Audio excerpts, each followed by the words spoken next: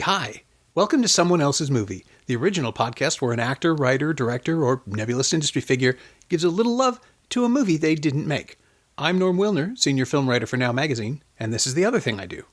My guest this week is Eric Johnson, an actor you may have seen as Everett Gallinger in The Knick, as Luke Callahan in Rookie Blue, and as Jack Hyde in 50 Shades Darker. He reprises that role alongside Dakota Johnson and Jamie Dornan in 50 Shades Freed, in theaters everywhere this Friday, February 9th. Eric picked Children of Men, Alfonso Cuarón's devastating dystopian thriller set in a worn-out London some 2 decades after humans have stopped being able to bear children. Life is over, the future is dead, and hope is lost. Unless it isn't, and that's where the story begins.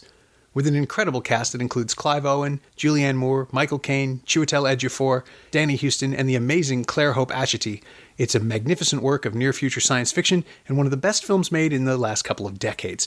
Filled with terrific performances, surprising creative choices, riveting set pieces, and, well, everything, really. I said it was one of the best. If you haven't seen it, you're definitely going to want to do that before you listen to this episode. And if you haven't seen it in a while, I think you're going to want to see it again. This is Someone Else's Movie. This is going to be a really short conversation on my side. And as I rewatched the movie this morning. Oh, wow. And it's perfect. So it's up to you to tell me how it's not. Oh, God. Because it's, the movie I remember seeing it in the theater and sitting down, and I hadn't had that kind of adrenaline rush, and emotional feeling and adrenaline rush in a film, and I don't know how long, and it came out, and I'm like, this is one of the top films of the decade. It's one of my top 5 films of all time, from a story standpoint and a technical standpoint, and how it was achieved. I was just blown away, and I'm like, this movie should win all of the things, because it's a triumph. It's like, everybody go see this, and everybody didn't go see it. No, it was like pulling teeth. And I looked at the numbers today. I looked at the box office. It's a travesty. The movie is incredible. And being able to look at it again today and seeing the movie's even more relevant today than when it came out.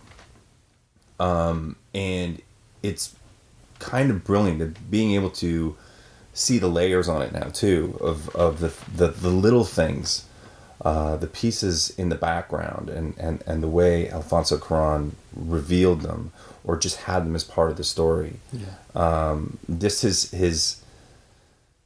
his eye into that world, and the POV he takes you on is it's an incredible journey with great performances, great sound design and music and cinematography, and it just, the list goes on and on and on and on.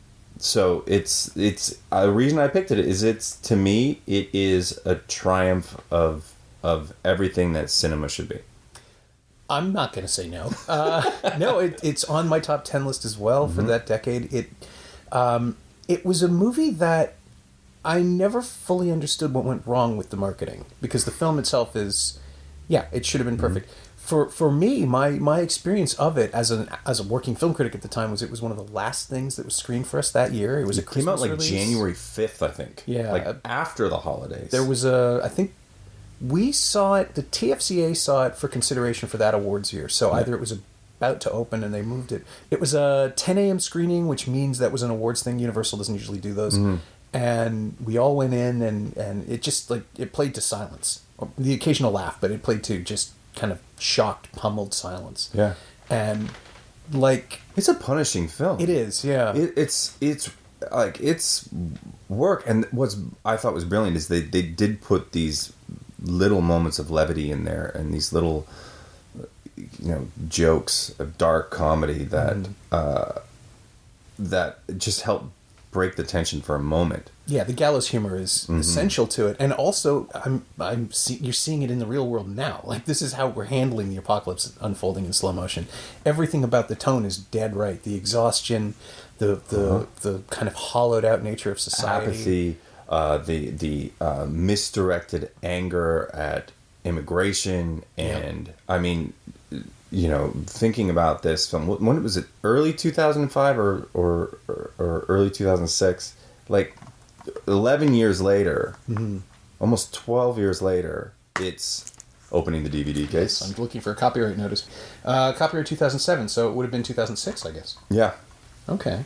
And it's so spot on with those feelings of Brexit and foreign policy and how we look at outsiders, and it's just taken to an extreme. I mean, that's the thing I also love about this sort of genre of sci-fi, where it's like 15 minutes in the future, where everything feels very tactile and real still, but it's just a little bit far away, so it makes it a little extra scary because this could be us. Yeah, it's a likely progression. Like every emotion feels real because, we're, as you say, we're 15 minutes. Like it could happen tomorrow. It's the kind of futurism that is incredibly depressing because there's almost no hope to it, and that feels like the modern moment too. But that's what the movie's about. Exactly. The movie is about hope. The movie's about Michael Caine has this speech where he's talking about faith versus chance, and when chance takes something away from you, is your faith strong enough to hold on? And talking about how Clive Owen's character and the death of his son, that sort of takes his faith away. Yeah. And he's got this bleak outlook on life, and then finds hope, and how far he's willing to go now to help preserve that. And I mean, I find myself as an individual being awfully cynical and can look at things and go, wow, we've really piled a lot of horse shit onto this planet, and how the hell are we going to fix it? And if something like this happened, well, we kind of deserve it, which is what he even said to us. Like, we deserve all this. Like this happened, the whole, if you don't know the movie, which you should, because it's amazing, it's the idea that for 18 years, no children have been born. It's like, so the world's women are infertile and they have no way of having any more children. Right. It's the end of the line in so many ways. And what I love about the script, and the thing that no one ever talks about in these movies, the speculative fiction stuff, is the idea that we never know the details. Not that there was no it doesn't matter what the cause was, but even the way in which it played out. Even there's the suggestion that everyone miscarried at the same time, which is horrifying. But that's just floated very briefly. Yeah, it's never really discussed, and it's better that way, because the idea that maybe that's what happened or how it happened, like in a short burst of kind of a viral outbreak going around the world, that's disturbing. But it's even more disturbing to not know for certain. Absolutely. To just not knowing your enemy. Yeah. There's nothing to go and conquer, right? Yeah, and the idea that the whole world would be shattered by this thing that no one could understand, which is the most personal blow you can suffer, I understand, as I understand it, having never had kids. But, short of the death of a child, it's the loss of a potential child. And the idea that most of the world's population is grappling with that on one level or another, and has been for 18 years, is just horrible in the extreme, and so it's like a Garcia Marquez kind of thing, a magic realist idea that's so intolerable you can't discuss it. Yeah, I mean, just the whole construct of what would society look like with no children. And what does that mean because children, ultimately, when you look around, that represents the future. Like, how many things do we do in our lives that are for the future, or at least thinking, like, retirement and all that sort of stuff. Sure, you get hit by a bus and it doesn't matter, but it's that idea of we're building towards something that keeps a lot of us going. Right. Whether it's putting money into your retirement or, I've got some renovations I want to do on the house. We're all working for something. And if you take that idea of a future away, what does that do to a society? Well, as it shows in the movie, it's fractured, and there's brilliant use of news footage and background environments, and talking about how the rest of the world has fallen, and sort of England is sort of struggling but hanging on by a thread. Right. Keep calm and carry on, kind of thing. Yeah. Again, utterly relevant to the moment. Totally. But also being misapplied, right? Because what you see is people who are used to getting coffee just before the coffee shop explodes and people die. It's it's a great opening because There's no music. There's no sense that anything is wrong. And then all of a sudden you're thrust into this horrible, harsh battle existence. The thing that blows me away about this film, and again, it's going back and looking at it again, is the efficiency of storytelling. The efficacy of the camera and how it revealed things and how it showed things of character and the environment and the world. And the camera really is following Clive Owen's character Theo around.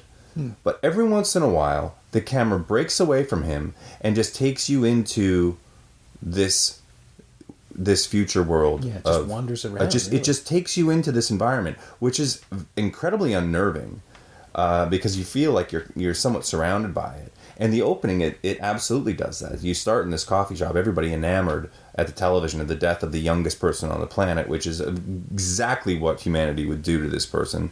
He's done nothing, but he's a celebrity because he's the youngest person on the planet. And they've died. And it takes you out into the street, into London 2027, and just takes you in there. It doesn't follow Clive Owen's character anymore. It shows you the street. And then, you see Clive Owen filling his coffee cup full of booze. And that tells you everything you need to know about Clive Owen's character. And then all of a sudden, coffee shop blows up that he was just in. And it's like, that's the world. Yeah. That's where we are. It's great too. All one shot, by the way. Yeah, exactly. That's the thing. It's all one shot. It's so immersive. So and Cuarón, now he's the master of the single take after Gravity and the CG engineering that went into those, and it is an amazing. But what's brilliant about this film is the lack of CG engineering. I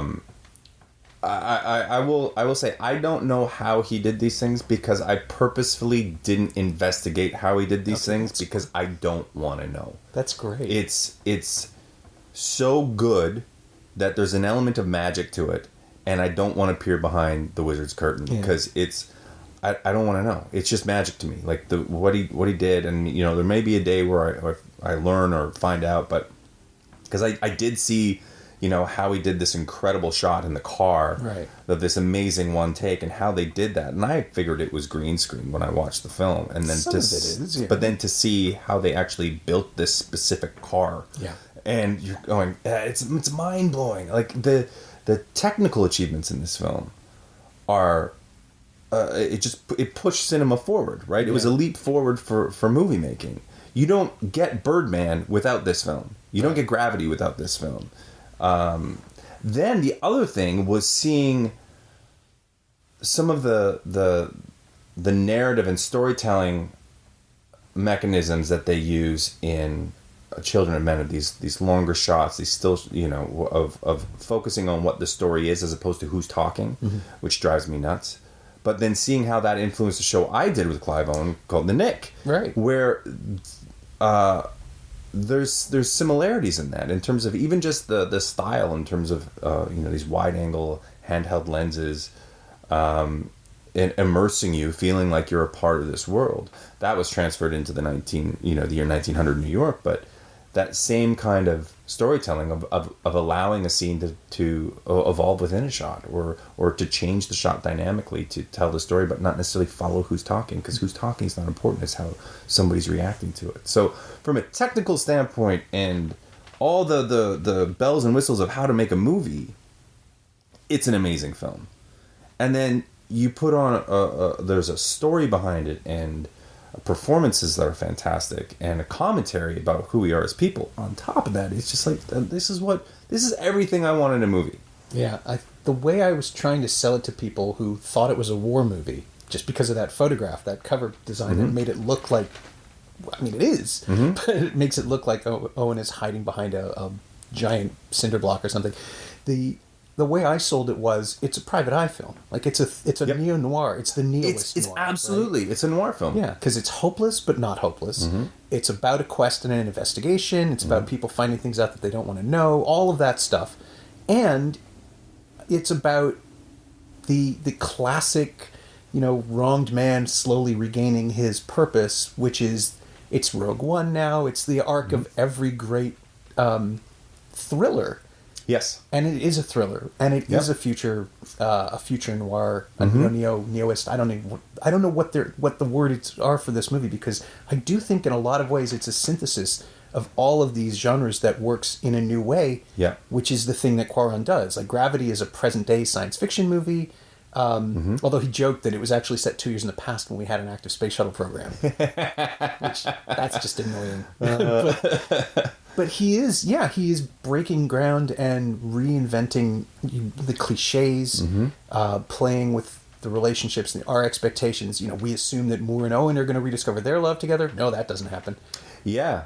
Absolutely. Again, narrative, like just breaking down the script today and sort of like, okay, looking at where the act breaks were and how they did it, it was so well done. Yeah. And I think there's 6 writers that are on this project, and you never know whose hands are all over what. But and it bears almost no relationship to the original P.D. James novel. Really? Well, I mean, it's the threads are there, but so much of it, the James didn't have a lot of humor in it. It was a much more dour presentation. I think it was written, I'm going to blow this, but I think it was written in the mid-'80s, and so it reflects a lot of that stuff. Right. And by updating it to the present and beyond, it just automatically, it's a nastier, angrier thing. Plus, there's the whole English person writing about England, which, with you bring in Cuarón and you bring in the Americans, and you change the diversity of the approach, makes it much more alive and interesting. And certainly Cuarón is aware of, and he lives in London, and he's thinking through the way people look at him when he just walks around. His experience as an immigrant to that country, as an outsider, completely informed the story. Yeah, and it's the POV of this film is I will say the thing that I took out of it today is that I found the film incredibly inspiring. Okay. I found it actually kind of hopeful. And I felt better about things after the movie than I did when I started it. And and from so many levels, again, as somebody who's in the industry and does see behind the curtain and knows what goes into making these things, but just for the story is sort of humanity distilled in a way. It's like, it's not pretty, but we can do good things if we're sort of forced into it. Yeah. But we mostly don't. Yeah. And there's themes and bleakness to it that another English film, Never Let Me Go. Do you remember that one? Yeah, as a matter of fact, we're recording this in December for the listeners, and I just dropped the Claire Armstrong episode on Never Let Me Go 2 weeks ago, so it's very fresh for you. Very fresh in my mind. And again, it's dealing with these, what makes us human, and what's that spark, and why do we care, and how do you not become apathetic, and what does hope mean? Yeah. And I thought that was a really brilliant film. I saw that film by accident, by the way. Oh, how did that happen? It was at Toronto Film Festival when it was here. I thought I was going into I think the David Suzuki documentary. Okay, yeah. But I went into the wrong theater, and I'm like, wow, there's a lot of people here for this. And it was like 9 a.m, and then seeing that film at 9 a.m. with the appropriate TIFF hangover that's a tough morning. That one's, you're a little raw, you're a bit of a raw nerve at that time. The best experiences, though, the ones that are the best film experiences I've had at TIFF are being walloped like that, but not seeing something. And in fact, one of my other favorite movies of the last decade, The Squid and the Whale, the Baumbach film, I saw that by mistake. Well, not by mistake. The 10 a.m. I was there for was canceled. The print didn't show up. Right. So I just went into the next room for a press screening. 10:30. It's short. It's 87 minutes. Oh, man, I'm here. Yeah. I like this director. And then I come out and it's just like, well, that was my parents' divorce in slow motion. I don't need to see that again. That was awesome. For you, so when you saw this film, yes, you reviewed this film. I did, yeah.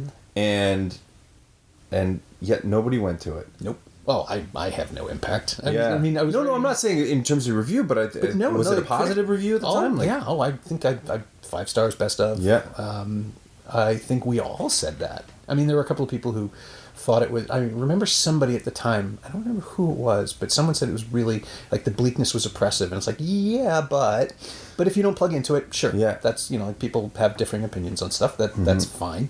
But I think that was part of it, too. Like, you couldn't find a trailer. I've gone back and looked at the marketing, and none of it is really what the movie is. I wonder if it got buried. Like, I wonder if, for whatever reason, Universal had a different film they were pushing for Oscars at that year, or whatever it was. Because, I mean, that's really what we're talking about, is allocation of funds to market something. Well, if this is 2006, it's the year after Brokeback, although that was Focus, not Universal.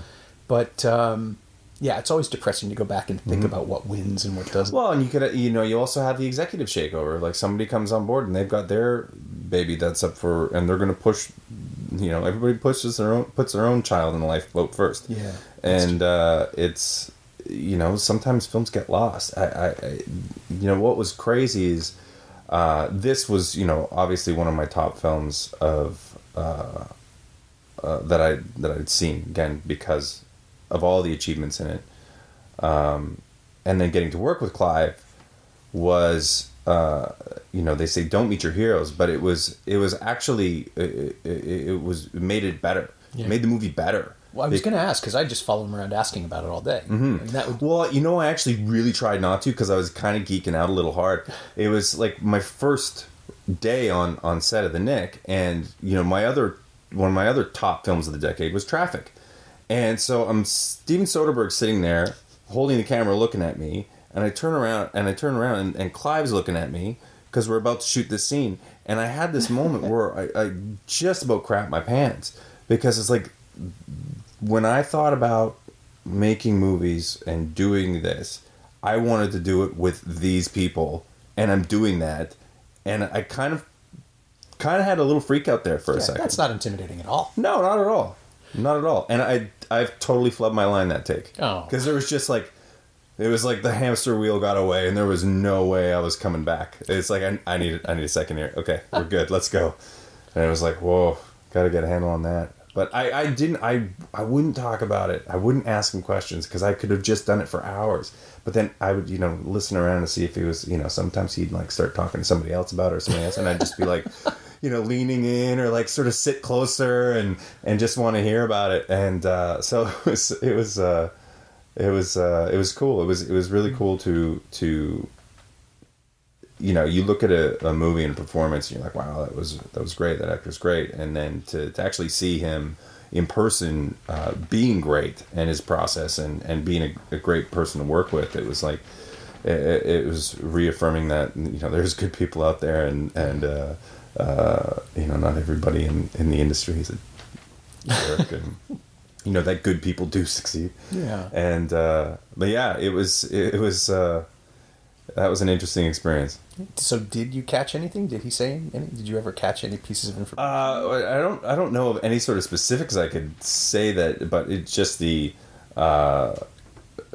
just little bits, but it's obviously, and he seemed to be quite proud of the film too, and I hope so, because it's and I think he's it was a good experience, but it sounds like there could have been some brutal moments in shooting, because there were some very complicated setups in there, especially that whole tank sequence at the end, and that whole third act is huge, huge choreographed stuff in scope that I think we kind of got introduced to that big stuff in like Saving Private Ryan, that storming the beach and that kind of chaos.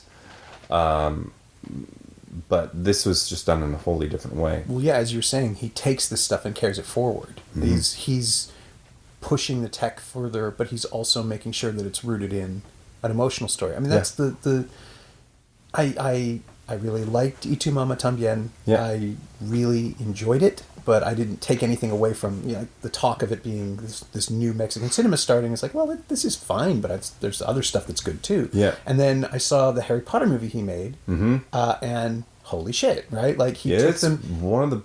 It is the best one. Yeah. I mean, he put them in street clothes, and it changes everything. Absolutely. Just they start acting like kids. You relate to them normally, and then you realize just how big the acting canvas is. Mm-hmm. There's a scene. It's the third one. There is a scene with Gary Oldman, Timothy Spall, and who's the third actor? They're all Mike Leigh veterans. Yeah. And you're just... David Thewlis. David Thewlis. And they're all in it. And you just realize, this is intentional. Like, the framing of this is designed to keep the kids out and just focus on the adults and make you think about what you're seeing and the fact that they're all actually acting instead of parading around in funny suits. Like, the first two movies are, if you filmed the book, this is what you would get if you held up the page. Well, it's also kind of magical escapism, right? Yeah. I mean, and if you're 11 years old going into that film, and that's sort of the age of the kids, you're like, it kind of feels like that. It's like, wow, this is fantastical and fantasy and fun. And then what he brought was this element of a little bit of reality into there and grounding, which is also kind of age appropriate for the kids too, right? Yeah. It's like, but they've got a handle on things. Things are getting serious. Right. That's why they got him to do it, to usher it forward again, right? Because you're going from weightlessness and pageantry to consequence and scary personal consequence. Mm-hmm. But what you get from that is from the director of Harry Potter and the Prisoner of Azkaban, which makes me think that Universal, when they got this movie, they just... I think you're right. They just made the choice after choice that just put it in a corner and kept it. It should have been a summer release. It should have been a fall release. But I also think it's a tough film to get audiences excited about. A little like Blade Runner 2049. Yeah. I think it's a fantastic movie. I thought, visually it was stunning, like the design, there's so many, that's the best I've seen Harrison Ford in a long time. Yeah. Well, he's engaged, right? Yeah, he's super engaged. But the takeaway from the story is like the polar opposite of what you get out of a Marvel movie. Yeah. Of, you're special and unique and you're a brilliant, unique snowflake in the world. It's like, well, no, nobody's special. And when that's the takeaway, is that no, nobody's special.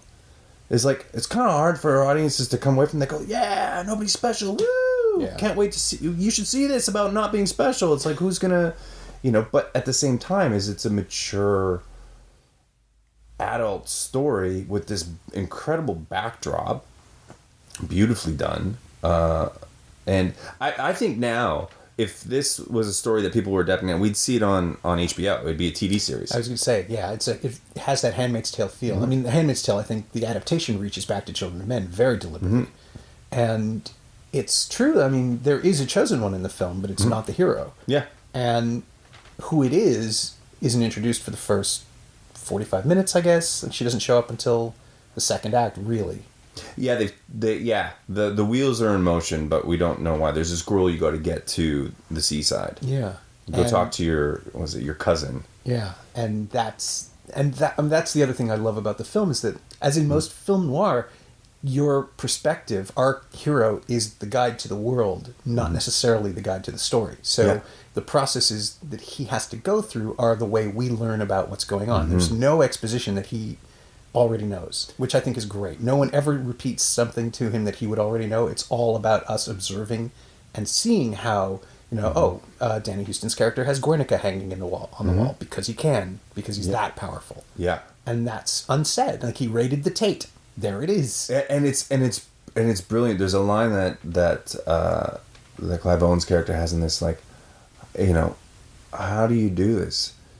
In 100 years there won't be a single poor bastard to look at this art. He's collecting the art, arc of the arts, right? Collecting these pieces of art from around the world. He's got the statue of David in his freaking living room, and in 100 years, nobody's going to care, or nobody's going to be here to see it. And he's like, and he goes, "Well, I just don't think about it." As he pops a pill to numb himself, and like, it's just like, you think about it, like, well, yeah, everything's fine as long as you don't think about it, as long as you don't care. Everybody can just keep skating along and not ask these questions. Yeah, and I keep thinking that his character is the villain in a series of other movies that we haven't seen. Totally. Right? Like a heist film where they're going to get the art, and whatever coup happened to keep him in power, and he's incidental. He really doesn't factor into the larger story. It's not about that. But, I mean, that's the thing that the film does, is it paints this picture of this much larger world that really doesn't concern our character. Yeah.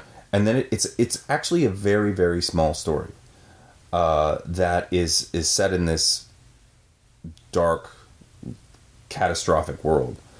And it's those layers that are so enriching. Like even when they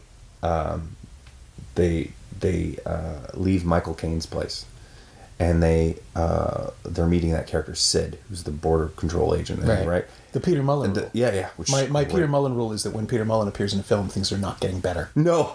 Every single time. But that location is a school. Yeah. That's just disused. It's just there's no reason for a school anymore. And there's this great imagery that goes throughout the film about animals, and that the animals are there, and that strangely that animals like Clive Owen's character, so it makes you like him a little bit more. Yeah. But there's animals all throughout the film that all seem to be doing just fine, which is kind of great, except for all the cows that were burning in the fields. All the other animals are like, we're good. We're just sort of waiting for you to die off, and we'll take over again. Yeah. And but it's just us. It's this beautiful. It's a beautiful thing that they keep coming back to. As a theme of these animals just being attracted to climb. There's a kitten climbing his pants. He's petting a cat. The dogs like him. Yeah. There's a deer in the school. There's chickens on the stairwell. There's all of this. Yeah, nature's slowly reclaiming the earth anyway. They're not even waiting for us. Mm-hmm. And then there's that other aspect of it, of him being sort of kin to animals, that you think about St. Francis and you think about religious overtones, and that was the last time I saw it. I started thinking, well, this could take place in the 9th century. This doesn't have to be modern. Absolutely. It's so weirdly timeless for all the technology, for all the futurism. There really isn't anything he does that requires, you can't call anybody. There's like a heads-up display that's the closest thing to being a part of the story being told. Yeah. Because in the driving sequence, they need it for the beginning of the sequence for us to understand what's happening. Yeah. But without that, just put people in chainmail and it would be like an Arthurian legend. Well, and maybe that in just in the context of the film. I think the film is brilliant in how it was executed, and the production design and at all facets, like the creative minds that went into this. It's an achievement of that. But maybe it would have been more palatable if you had set it in 2250 and this was a space opera, like where it's the same thing, but you're telling it in outer space for spaceships and all. It's the same story, and maybe that's what the audiences would have glommed onto, because it wouldn't have felt so close. Because this is a really uncomfortable film. It makes you feel uncomfortable. It's not a passive film. You can't just sit there and sort of laugh along or be amazed by visual effects. You're engaged. It's emotionally difficult. You're dealing with grief and death and hopelessness, and it's not necessarily the things that people want to think about all the time, right? It's escapism, but it's not. It feels pretty real. Yeah. Well, it's the disaster movie that, Deep Impact and Armageddon, it's an extinction level event. It's just happening so slowly that people do think about it. It's like watching people get crushed by a glacier. Yeah. Right? It's just like, that's awful, and it's still awful. Yeah. And it's, oh God, it's still happening. It's like, it's not over quickly. Nobody's ripping a Band-Aid off here. Yeah. It's awful. This is a disaster movie by way of cries and whispers, where you're trapped in the room with the person who's dying, and it's everyone. And I guess it is a harder sell than I first thought, but it's still a masterpiece. Absolutely. And the artistic imagery, the biblical imagery, just the layers that you don't see necessarily. Well, I certainly didn't on first viewing, because I don't know. When a movie is good, I'm not thinking about those things. Sure. And I don't want to. It's like I said, I don't want to know how those shots were done, because to me it's magic and awesome and it really happened. And I don't want to know. And there's only a few movies and or sequences that are like that. I don't want to know. Somebody can tell me later, or somebody, if I ever do one of those sequences in a movie, I'll just plug my ears when they're talking about it. But it's the other side is that I do see behind the curtain all the time, and to be lost in a movie where I'm not thinking about the technical aspects. And it even happened to me today. I think I've seen this movie 3 or 4 times, and I still get lost in sequences where it's been 2 minutes, 3 minutes. I'm like, holy crap, this is still the same shot. Yeah. But I'm not thinking about it like, oh, this shot's still going, this shot's still going. It's only either once that next cut happens or right towards the end, like, holy crap. because I'm so adrenalized, because I'm so immersed, it's almost like my brain checks off for a second, like, hey, we need to chill out for a second. Yeah. This is just a movie. No, it's the best possible way to experience something. I mean, that's when you're not suspending your disbelief. It's just put aside completely. It's not conscious. The scene I always come back to is the scene where we sort of haphazardly learn what happened in New York, the shot of the nuclear detonation. And it doesn't register because they're talking about were your parents there? And that's how you would talk about something like that. That's absolutely. The thing. Like, there's a realism that runs through this science fiction movie that I've never really seen captured quite so well anywhere else. And it's the same realism. It's the same realism he brought to Gravity. It's the same realism that's in the Harry Potter movie. I mean, he somehow has an ear for it, and just such honesty. Yeah, and it's honesty from the camera as well. Yeah, you know, there is no milking of a moment with he lets the story happen in front of the camera and lets the camera reveal things, but doesn't force it down your throat. You feel much more like you're a witness to a conversation as opposed to the conversation being thrown at you. Right. And you know, if there is a slow push in, it's slow and you're wide, right? You're not in an uncomfortable close up of somebody while they're having a really very real moment. It's almost like you're far enough away where you kind of just want to be able to reach out and put out a hand and put it on the shoulder like it's going to be okay, but it feels authentic. Yeah. Well, you mentioned Soderbergh's style being similar in The Knick. It's something that's absolutely true, and it also made me think of the Dardennes and the way they handle stuff in these Belgian neo-realist films, this wave that they started and that everyone has picked up. You know, Aronofsky uses it in The Wrestler, and David O. Russell kind of borrowed it for The Fighter, and there's just this sense of the follow-along. And yeah, it's gone all the way back around again from naturalistic to ostentatious, where now if I see an indie film start that way, it's just like, well, I know what they saw, I know what their reference points are. But with Cuarón, with Soderbergh, like Soderbergh has always been this sort of, he's been dinged for it in the past, being the cerebral observer. But I love that about his work. Absolutely. And Cuarón has the same thing, but he works in genre exclusively. Yeah. So he never gets the credit for it. Yeah. For the same kind of thing. Like, just the camera's not always obviously handheld. Sometimes it's on a gimbal, but it moves with it breathes in a way that Soderbergh's camera breathes. Yeah, you're aware that there's stuff going on beyond the frame, and you're always kind of ready for a turn or a tilt to direct your attention. But because something interesting is happening, not because something interesting is about to happen. Well, and I think what as clever as some of those sequences are, they're not.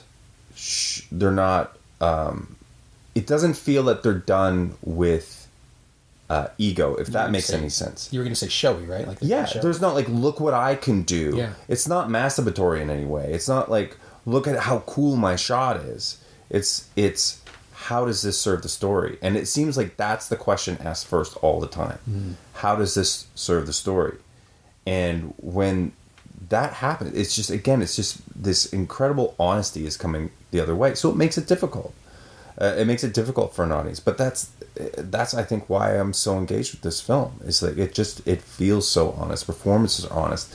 You know, Clive has these incredible moments in the film, again, where, you know, his wife he hasn't seen for 20 years. They're essentially burying her in the woods. He steps away for a second. The camera never cuts, and he has a quiet moment, huddled against a tree, trying to process his grief, and it's like, nope, time to go. And it's like, okay, wipe my eyes and suck it up and moving on.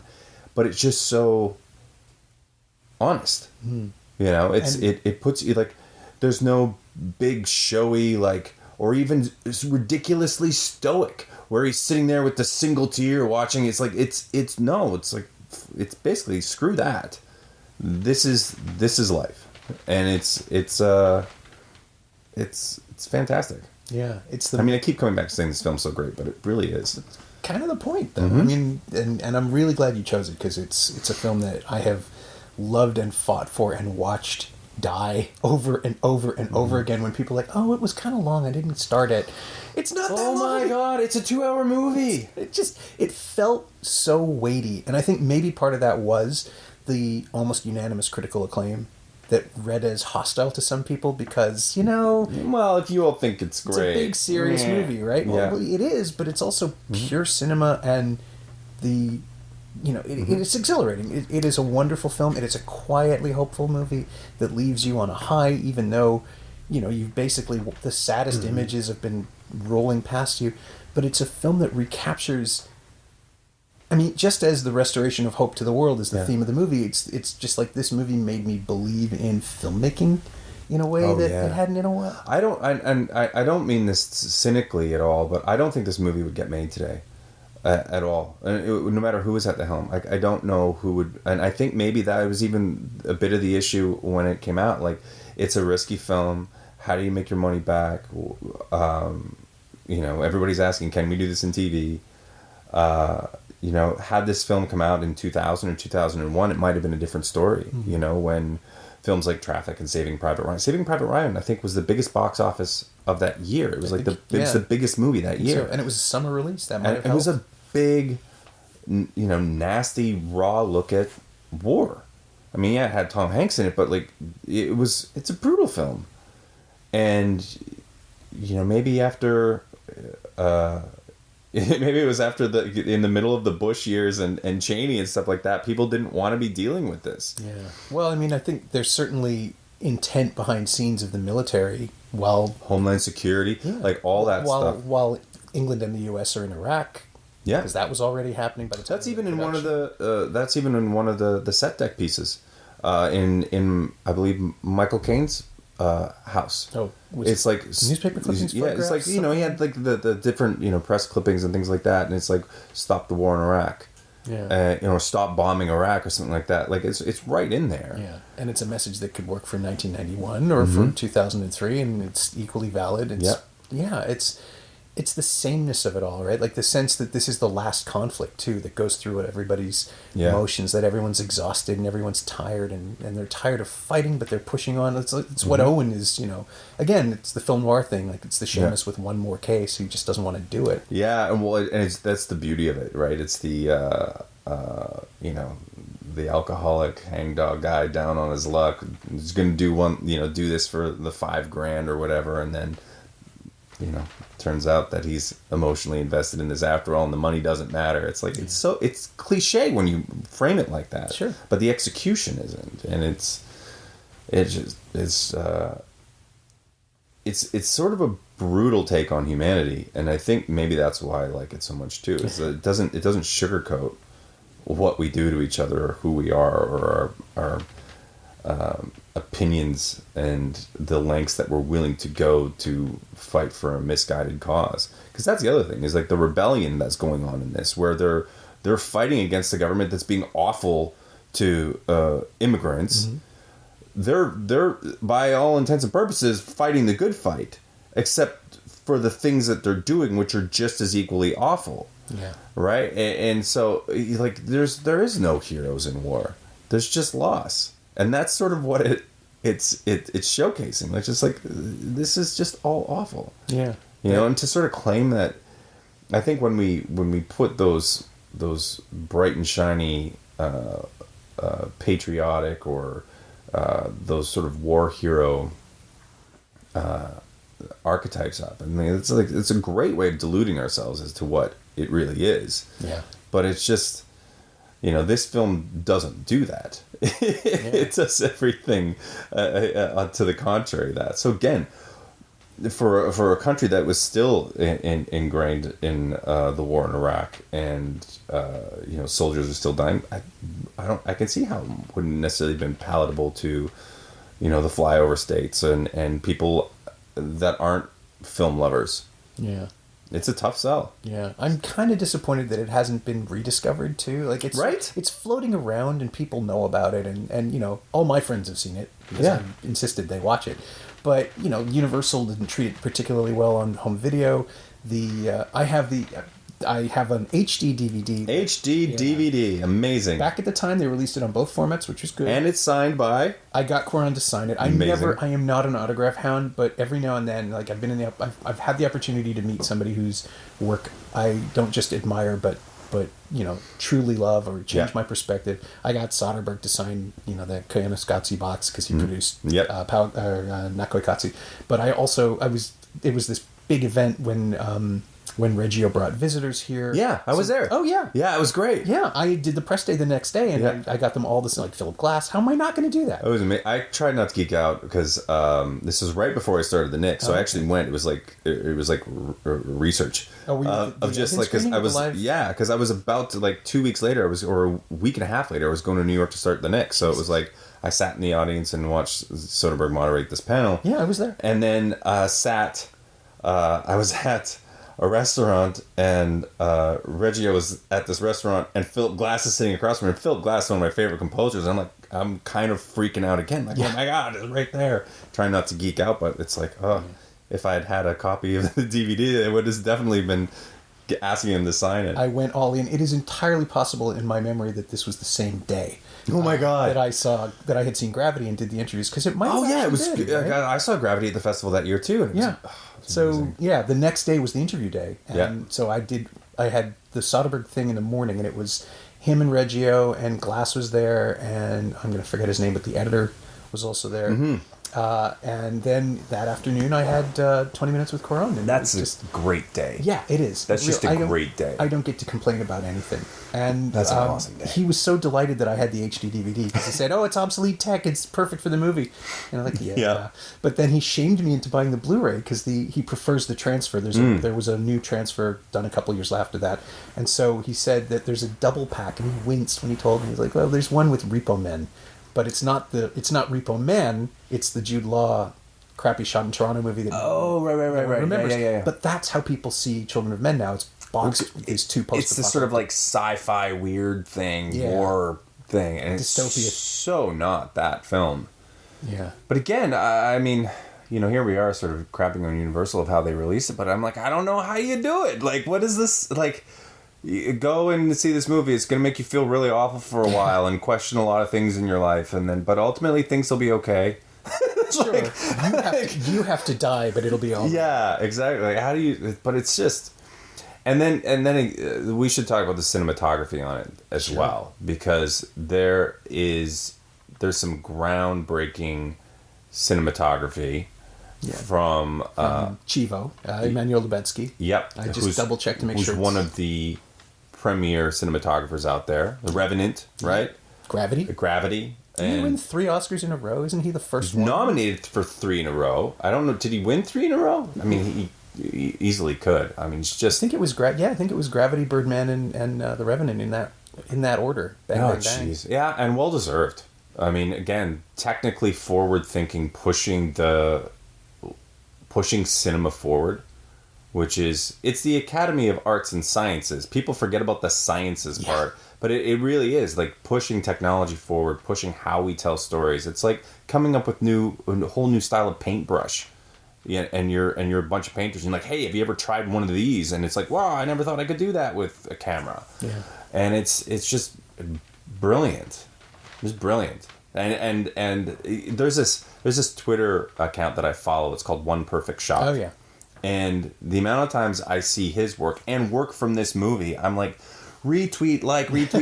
Everybody, you just go see this movie if you like this shot, because it's freaking genius. Yeah. And it's funny you mentioned the seamlessness of the work in Children of Men. Mm-hmm. I find the work he does for Inarritu much showier, because that's the kind of filmmaker Inarritu is. Absolutely. He just wants to let you know how much work he's putting into it. Mm-hmm. And I'm always going to be on Cuarón's side, because show me what you think is important, not your own sweat and tears. I know you killed yourself making this movie. Yeah, well, I mean, The Revenant is a spectacle, and for so many reasons. But again, that's sort of the difference of the two filmmakers, and they each again have their merits. Yeah, absolutely. And charms. I mean, like, it's like you like the way Fincher treats a camera is so very different. With that sort of like cool character matching camera movement, which is so precise and so specific. I mean, that's an achievement in its own right. Like the choreography that goes into that, and executing that, and the perfection.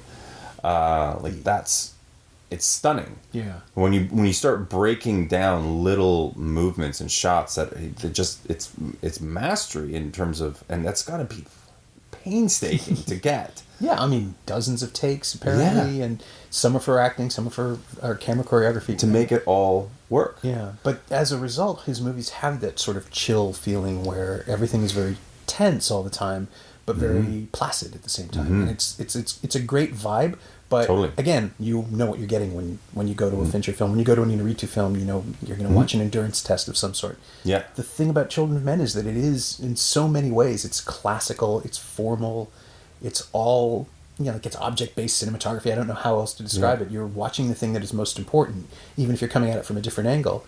But it's never insisting that you watch it. It's just there. Yeah, you're just left there there's this there's great moments where, you know, all the dialogue is happening in the background, and you're just sort of seeing how Clive Owen's character deals with it, and just sitting there, and you're watching people in an environment, as opposed to dictating the environment, if you know what I mean. Yeah. Even though it's so designed and set up, but to make it look like it's not, you know, that to make it look like we just happen to be here. Yeah, exactly. Right? All of these futuristic locations or near future locations, the things that are in them did not exist before we built this set. Yeah. And it still feels lived in and happened upon. This is the thing I was talking about with Alex Hooper in her episode about Brazil, is that was the first time she understood that the ducts were there on purpose, that everything in the film was bespoke. Yeah. And it's something that I really try to appreciate in sci-fi and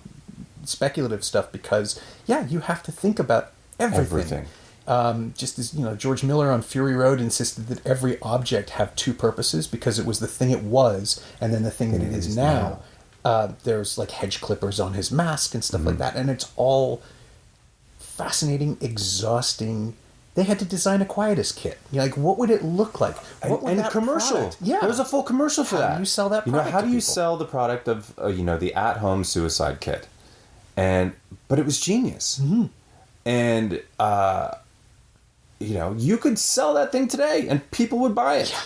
You know what I mean? And it was, the design of that was beautiful. Like the production design of this film, there is not a object out of place. There, you know, from the graffiti to you know, the art in the background, and the choices of that art, the stuff that exists and the new stuff. Yeah, it's just, and then, you know, it just never. I wasn't prepared to. I was worried, actually, going back into watching it this morning. Yeah. I was worried because you never know. Like you love a film, you leave it for a while, and you come back, and there's always that little bit of worry for me in rewatching something that I love, that I'm going to find the flaws, and I'm going to be kind of bummed out. Sure. And like, it's not as good as I remember. And part of that's contextually too, because you know, the language of cinema can change over time. Audience expectation changes over time. My own life experience changes over time. But Absolutely. This one it held up.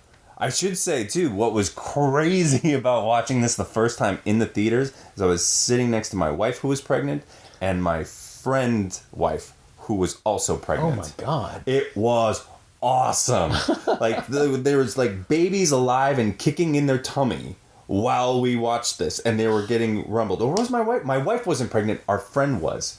Or maybe Adria didn't know she was pregnant yet. It was just like nuts. God. And so like at one point her baby is like full on, you know, right. during these big loud sequences, like full on kicking back. And you're like, holy crap. Like we all kind of walked out of it shell shocked, because we were both expecting a child that year. And it was just like, whoa, this is heavy. This is heavy stuff. This is all very real.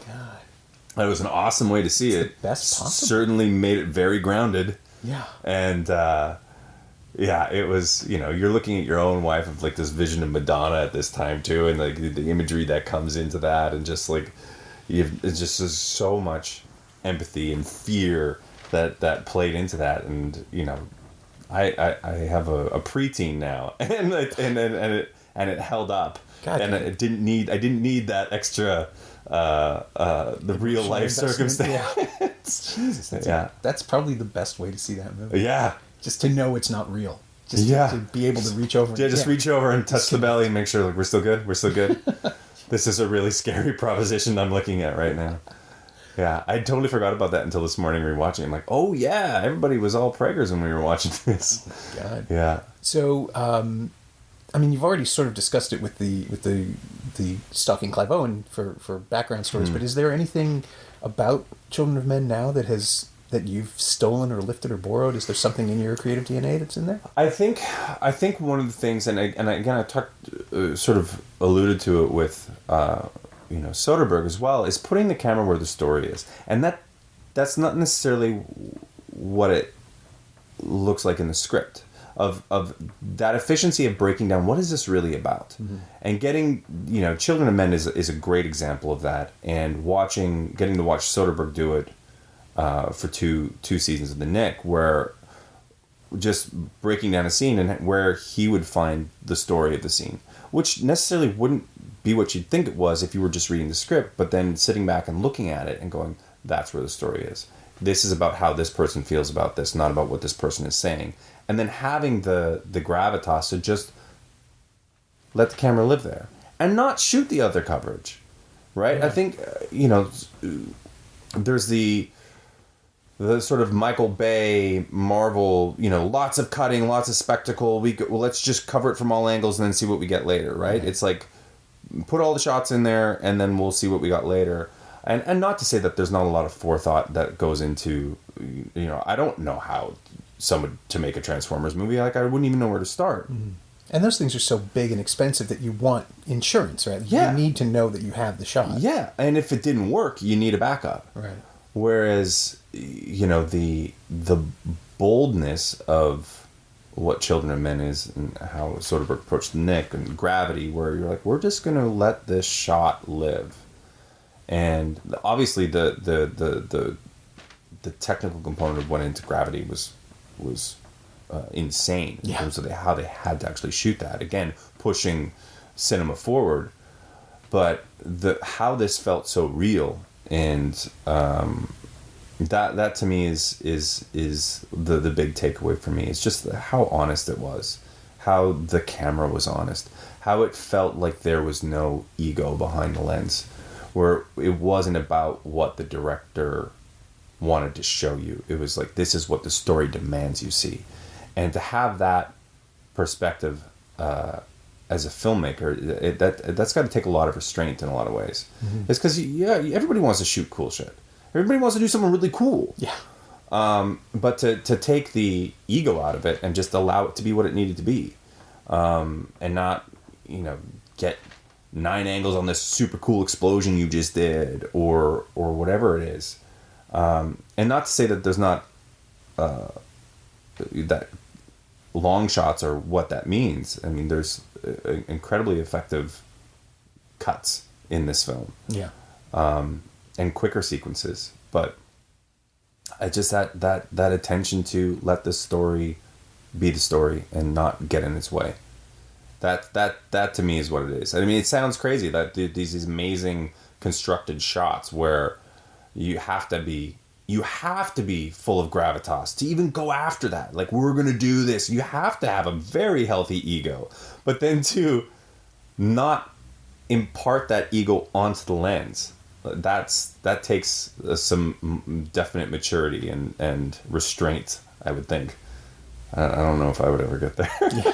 That's a challenge, and it's just not playing safe, but being bold and daring and egoless at the same time. Yeah, for lack of a better term, that's where art comes from. Like, yeah. And it's not created to reflect its glory. It's just like, I think he just wants to tell the story and get out of its way, which is just incredible. Which is admirable, right? There's so many people looking to impart things on a story, or push a narrative, or push their POV. And I mean, while you can do that, there's subtle ways, and I find that to be the most mind-blowing thing about this film, is that it's a whole incredible world that they constructed, but it just feels very honest, and the choreography feels very grounded, and the tension that they create feels very real, and it's not, it doesn't feel like there's any lies in this film, because like there's to me somebody, I don't remember who said this to me. It's probably, I don't know who it was, but you might know this quote, but every time you cut, you're telling a lie, right? Every time you make an edit, you're telling a lie. Okay. So make yeah. it a good lie. Make it an honest lie. Make it something make that lie one that pushes it forward. Because it's not real. It's right. It's not authentic. It's you're cutting to a whole new place or a different POV, and so if you're lying, make sure you know why you're lying. don't just throw a bunch of lies in there and hope that one of them catches and people will be discombobulated and it's good enough. It's make it worthwhile. Sounds like Billy Wilder. No, maybe somebody with that kind of command of narrative. Yeah, I can believe it. Yeah, I mean that sounds like an oversimplification of an incredibly challenging job, but it's to be able to look at it like that and go, okay. The Russian filmmaker, what's his name? Tarkovsky. You see some of the longer shots that he would do, and allowing a shot to evolve, and that kind of attention is like you definitely see that in these works. Yeah, you know, you see that evolution of things like he was doing in Stalker, where there's these long, incredibly shot post-apocalyptic of the wasteland, which is more or less, I mean, that's the closest analog I can think to what Cuarón is doing here. He's showing us the wasteland as it's being created. Yeah, like the world is ending. Yeah, and whatever comes next is going to be the stuff of Tarkovsky films if we don't turn it around. Yeah, so it's a prequel. Yeah, I guess so. Jesus Christ, that got heavy. What's your biggest takeaway from this film? I think the thing that shocks me is how modern it still feels. Like it hasn't dated. That's the beauty of, a futuristic story or a really good period piece, is that they'll tell you about the period they were made, but they'll still play. Yeah. Because they're, with the exception of something like Star Wars where the hairstyles tell you, that's a bit of a giveaway. There's really nothing about this movie that dates it. And the pessimism is certainly more relevant, but it's not a pessimistic movie. The characters are pessimistic, but the film is optimistic, which is the thing I love about it, is that you get that balance. It's constantly showing you what is worth fighting for by making them discover it. Yeah. And so we get to be maybe not a step ahead exactly, but you're right next to them on this ride, and it's less important because these movies, the possibility of an unhappy ending is there, but the more time you spend in the world, the more you really want to believe that it's going to have a happy ending, which is the rediscovery of hope that the movie is putting the characters through. Yeah. I think it played me like a violin by making me accompany them, literally. I mean, we're riding along. That's what this movie is. And it wasn't until the second and third viewing that I saw what I was riding through. It was really more about the trip. And that's fantastic. Yeah, absolutely. It put me out of my critical head and made me, it was a hard review to write. It was an easy review to write because I was enthusiastic, but it was hard to piece it together in a way that was coherent because I just, I wanted to say, this is really something and you should go. It's a feeling. Yeah. Right? As opposed to an event. Yeah. So maybe that's the challenge of why people didn't get to see it, because it's hard to, I don't know how long we've been talking now, but it's hard to sort of contextualize how you feel about a film when there's a lot of layers to it, and you're really talking about feelings that come up of while watching it, and very personal feelings. Yeah. Again, cynicism and hope, and what does that mean to us, and what would that look like? Oh God, like it's just it goes on. It's a deep cut, this film. Yeah, and people talk about, Blade Runner and Blade Runner 2049 as existential science fiction, which they absolutely are. This is too, but because it looks modern and more or less present day, it's harder to explain to people that it is sci-fi, or that it is anything. I mean, just like... But I also know some people like, oh, it's sci-fi, I don't want to watch it because they don't like that genre, whatever the heck that means. Right. They usually think there's going to be either lightsabers or flying cars. Yeah.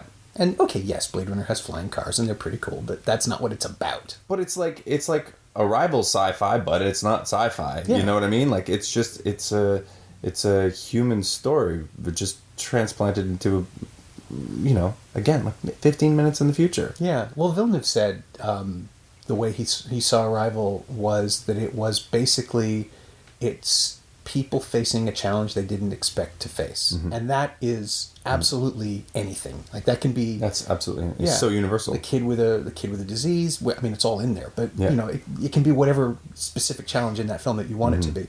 And then you don't even have to have aliens, and you don't have to have a broken chronology. It can simply be about that. It's about worrying about what to do next. Mm-hmm. And this movie is absolutely that. There's choice after choice after choice. Mm-hmm. And it's amazing how completely relatable it is for a situation that neither of us should ever be able to expect to face. Yeah. It's just drama. It's just there. Absolutely. But it just feels so tangible. It feels like this could be us. Yeah. And I think, you know, to a certain part of the population, how offensive this would feel. How I think this film would be capable of really pissing a bunch of people off, because you know, they however their ideology might not fall in line with this. Yeah. And that would be pretty challenging. It's not necessarily safe subject matter all the time. It's not necessarily kind of stuff you'd even want to talk about at Thanksgiving dinner, because it certainly could polarize the room, right? Yeah. I mean, talking about things like immigration and childbirth and like, people have pretty strong emotions on these things, and depending on how you're raised, and also, you know, the film, how it depicts, you know, the religious sect in terms of like, oh, you know, what is this? Are these the groups that just kneel down and try and repent? No, this is the other group that just flagellate themselves in order to have. It's like it's not painting them religions in a very good light. No, it's great how nimble it is too about whether this is potentially supernatural or theological. I mean, the character's name is Theo. It's so good. Yeah. It's there for you if you want to think about it, but it's not really. Yeah. And the idea that on some level we deserve it, which we talked about at the beginning, just floats around there all the time. Yeah. And We did this to ourselves. Yeah, if it did happen, why did it happen? And that by setting it in a place where we're past worrying about that, it just makes it linger in the memory so much more. And yeah, it's just, you know, God damn it, it's a perfect movie. It really is. I'm so glad that's the thing. It's like, that was gonna be my statement. I'm like, it's perfect movie. Come at me. Yeah. This is so much easier when we agree. Well, that's what Twitter's for, I'm sure. Absolutely, yeah. Just everybody read this, and then, you know, you got a hot take. Come at me. Come at us both. Yeah. Yeah. Because it's awesome, and you should see it. Better yet, go buy it and watch it again and again, because it's great. I just keep thinking there's a Criterion edition that should be made. If we can make that happen, you know, Soderbergh, get him on this. Yeah, make it. Do it. They're tight. Do it. Make it. We need the Criterion on this. There's a special feature. But again, I don't want to watch the special features. I don't want to know. I desperately want to know. Like, I desperately want to know, but I kind of don't. It's just like, you know, Hogwarts is real. I don't want to know how you did it. Let's just let it be. My thanks to Eric Johnson, who you can see returning as Jack Hyde in 50 Shades Freed in theaters literally everywhere this Friday from Universal Studios. Eric also co-stars with Alan Hawko, Paul Gross, and Tori Anderson in Caught, a new CBC miniseries premiering Monday, February 26th. He's also just joined the cast of Vikings, which is why you might have seen him around with a really big beard lately. You can find Eric on Twitter at EricJJohnson79, all one word, and you can find Children of Men on Blu-ray and DVD from Universal Studios Home Entertainment. It's also available on iTunes and Google Play. As always, you can find me on Twitter at Norm Wilner and elsewhere on the internet at nowtoronto.com. You can also find this podcast on Twitter at Semcast, S-E-M-Cast, and on the web at someoneelsesmovie.com. If you feel like leaving a review on iTunes or Apple Podcasts or wherever, that would be greatly appreciated. Every little bit helps, it truly does. Thanks for your support, and thanks for listening.